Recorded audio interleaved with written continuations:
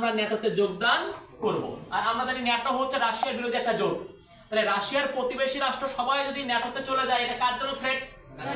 এই জন্য রাশিয়া দেখলাম 2022 সালে হঠাৎ করে আক্রমণ করলো কোথায়?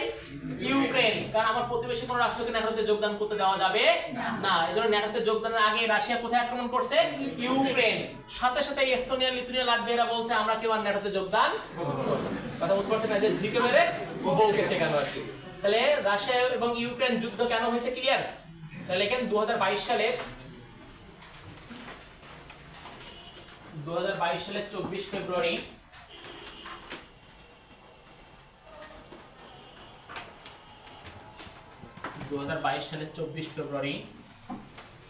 রাশিয়া ইউক্রেন আক্রমণ করে।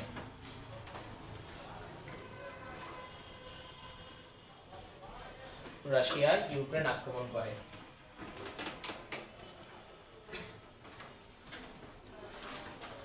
ফলে রুশ ইউক্রেন যুদ্ধ শুরু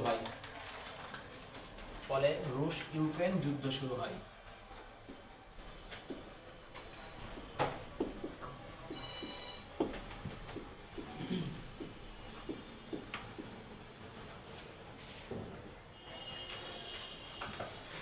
পরবর্তী যুদ্ধ আমেরিকার গৃহযুদ্ধ। পয়েন্ট করেন আমেরিকার গৃহযুদ্ধ।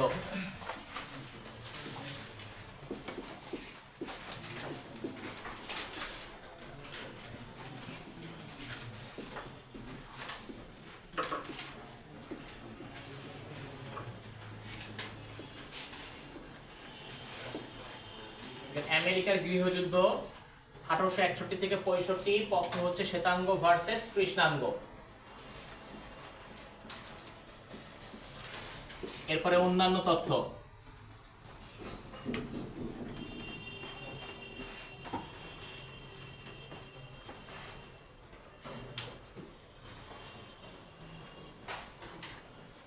অন্যান্য তথ্য লেখেন গৃহযুদ্ধকালীন ইউএস এর প্রেসিডেন্ট ছিলেন আব্রাহাম লিঙ্কন।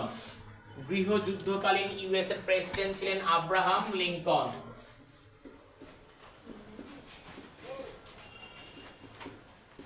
আব্রাহাম লিঙ্কন তিনি ইউএস এর 16তম প্রেসিডেন্ট ছিলেন। তিনি ইউএস এর 16তম প্রেসিডেন্ট ছিলেন।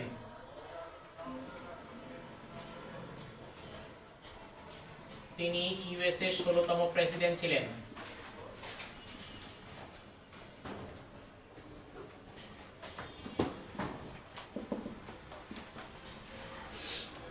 তিনি ইউএস এর 16তম প্রেসিডেন্ট ছিলেন।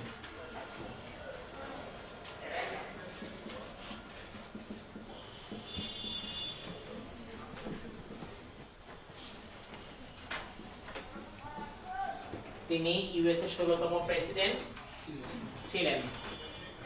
দেখেন তিনি 1863 সালে তিনি 1863 সালে আমেরিকাতে কৃতদাস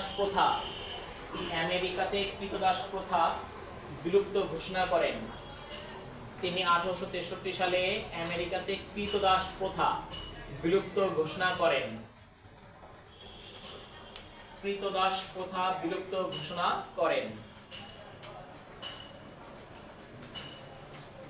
ঘোষণা করেন। এই ঘোষণা কার্যকর হয় 1865 সালে। এই ঘোষণা কার্যকর হয় 1865 সালে।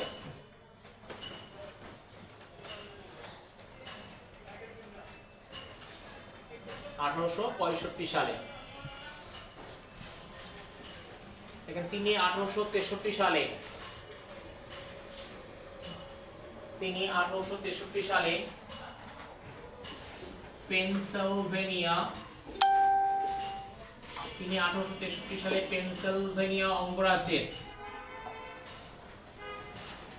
পেনসিলভেনিয়া অঙ্গরাজ্যের গ্যাটিসবার্গে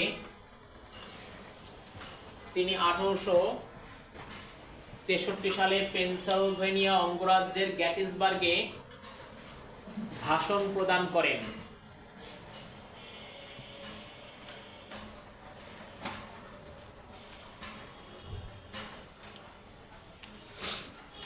তিনি 1863 সালে পেনসিলভেনিয়া অঙ্গরাজ্যের গ্যাটিসবার্গে ভাষণ প্রদান করেন। এটিকে গ্যাটিসবার্গ ভাষণ বলা হয়। এটিকে গ্যাটিসবার্গ ভাষণ বলা হয়।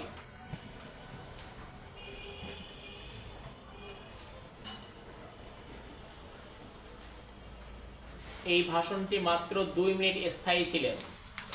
এই ভাষণটি মাত্র 2 মিনিট স্থায়ী ছিল।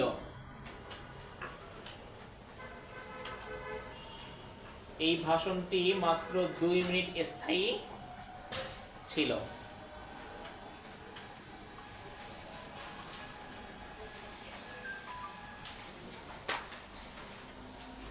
লেখা শেষ।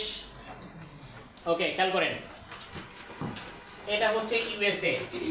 তাকান, এই ইউএসএ যারা আদি অধিবাসী, যুগ যুগ ধরে যারা ইউএসএ বসবাস করত, এদের নাম হচ্ছে রেড ইন্ডিয়ান। নাম কি?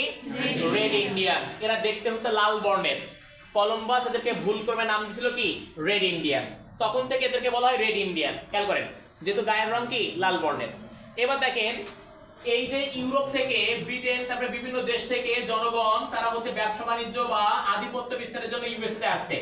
ইউরোপ থেকে যারা আসছে এরা সবাই হচ্ছে হোয়াইট পিপল, শ্বেতাঙ্গ। এই ইউরোপ থেকে যারা আসছে একটা সময় ব্যবসা বাণিজ্য বা আধিপত্য বিস্তার করতে করতে তারা ইউএস এর ক্ষমতা দখল করে ফেলছে। তাহলে ইউএস এর ক্ষমতায় কারা? হোয়াইট পিপল, মানে হচ্ছে শ্বেতাঙ্গ। যখন শ্বেতাঙ্গরা ক্ষমতায়, তখন তারা চিন্তা করলো যে আমাদের কাজ করার জন্য কিছু শ্রমিক দরকার। এই জন্য তারা আফ্রিকার জনগণ থেকে কৃষ্ণাঙ্গদেরকে দাস হিসাবে ক্রয় করে নিয়ে আসলো কোথায়? ইউএসএ তে। যেহেতু তাদেরকে দাস হিসাবে ক্রয় করে নিয়ে আসা হয়েছে ইউএসএ তে, কৃষ্ণাঙ্গ, এদের কোনো সামাজিক অধিকার বা মর্যাদা ছিল না। যুগে যুগে এরা চরমভাবে নিষ্পেষণের শিকার হয়েছে, নির্যাতনের শিকার হয়েছে। এবং যে শ্রেণী নিষ্পেষণ এবং নির্যাতনের শিকার হয় তারা ধীরে ধীরে কি শুরু করে? আন্দোলন শুরু করে। এই আন্দোলনটাই 1861 সালে কিসের রূপ নেয়? গৃহযুদ্ধের রূপ নেয়। সেই গৃহযুদ্ধ চলমান ছিল 1861 থেকে কত সাল পর্যন্ত? 65 সাল পর্যন্ত। একদিকে শ্বেতাঙ্গ, অন্যদিকে কি? কৃষ্ণাঙ্গ। বলেন তো আপনারা কি? আপনার কোনটা? শঙ্কর। এই যে আমরা শ্বেতাঙ্গ আর কৃষ্ণাঙ্গ বললাম, বলেন তো এটা উৎপত্তিগত দিক থেকে নাকি বর্ণের দিক থেকে বলছি? গায়ের রং দেখে বলছি। তাহলে আপনাদের গায়ের রং দেখে কি শঙ্কর বলা যাবে? শঙ্কর কোনটাকে বলা হয়? যখন দুই বা ততোধিক জাতির সমন্বয়ে বা মিশ্রণে কোনো জাতির উৎপত্তি হয় সেটাকে কি বলা হয়? শঙ্কর। তাহলে এটা কি উৎপত্তিগত দিক থেকে না? দ্রাবিড়, মঙ্গোলিয়েট, আদি অস্ট্রেলীয় এরকম বিভিন্ন জাতির সংমিশ্রণে বাঙালি জাতি গঠিত হয়েছে। এই জন্য আপনাদেরকে কি বলা হয়েছে? শঙ্কর। এটা হচ্ছে উৎপত্তিগত দিক থেকে।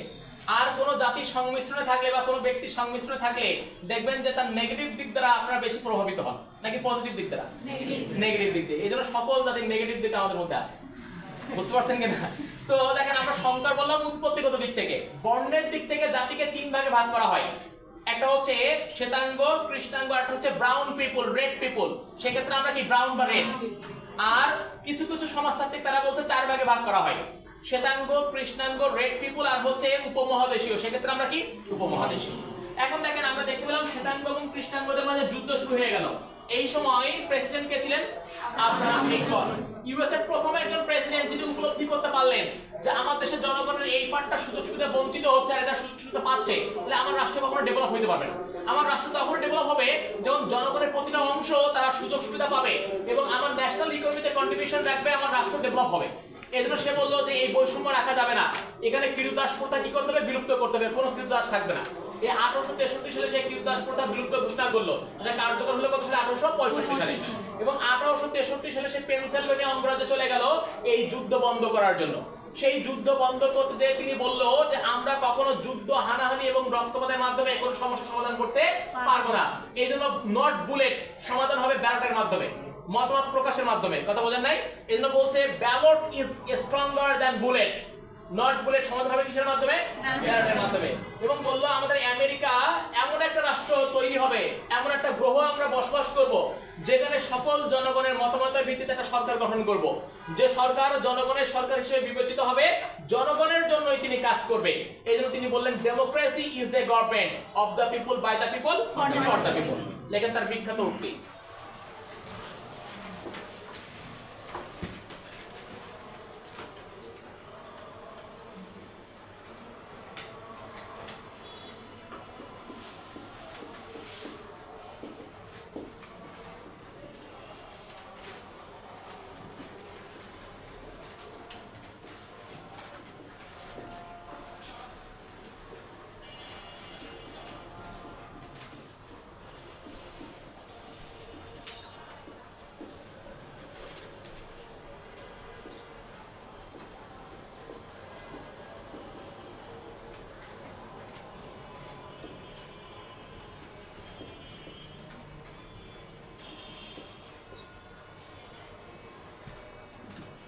Ballot is stronger than bullet একটা উক্তি, আর একটা হচ্ছে democracy is a government of the people by the people for the people.